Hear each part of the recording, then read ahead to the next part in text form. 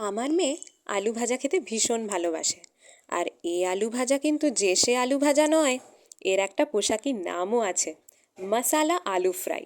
রেসিপিটা বলে দিচ্ছি, বাড়িতে ট্রাই করে দেখো, কমেন্টে জানিও কেমন লাগলো। আর ভিডিওটা লাইক আর শেয়ার করতে ভুলো না।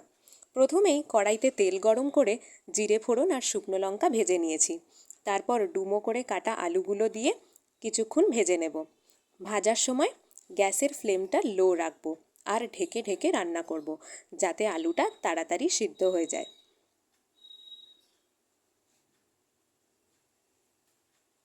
মাঝে মাঝে নাড়িয়ে নিতে হবে, যাতে সব আলুর টুকরোগুলো প্রপারলি ভাজা হয়। এরপর দিয়ে দেব স্বাদমতো নুন আর হলুদ।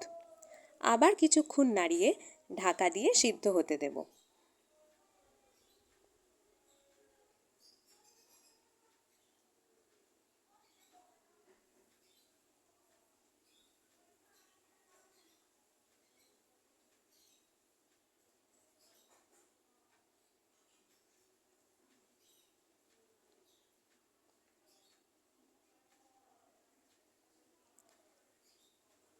তারপর দিয়ে দেব কাঁচা লঙ্কা কুচি, ম্যাগি মশলা এবং আরও কিছুক্ষণ নাড়িয়ে ঢাকা দিয়ে আবার সিদ্ধ হতে দেব।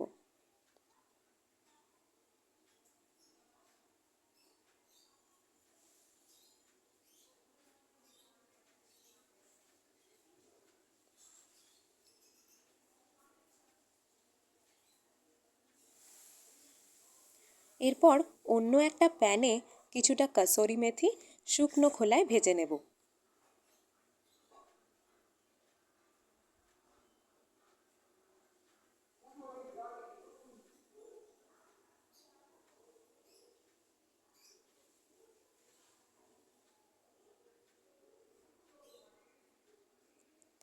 কিছুক্ষণ ভেজে নেওয়ার পর কসুরি মেথিটা প্যান থেকে নামিয়ে গুঁড়ো করে সেটাকে দিয়ে দেব আলু ভাজার মধ্যে।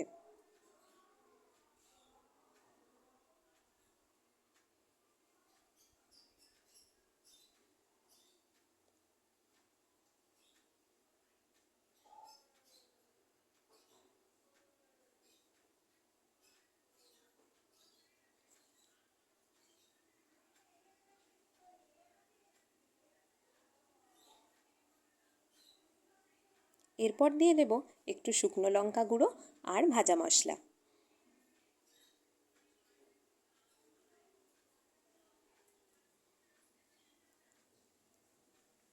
সব মশলাগুলো ভালো করে মিশিয়ে নেব। এরপর আলুগুলো সিদ্ধ হলেই নামিয়ে নেব। তাহলে আমাদের ঘরোয়া মশালা আলু ফ্রাই একদম রেডি।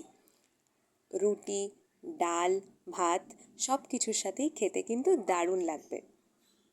বাড়িতে একবার ট্রাই করে কিন্তু অবশ্যই দেখো।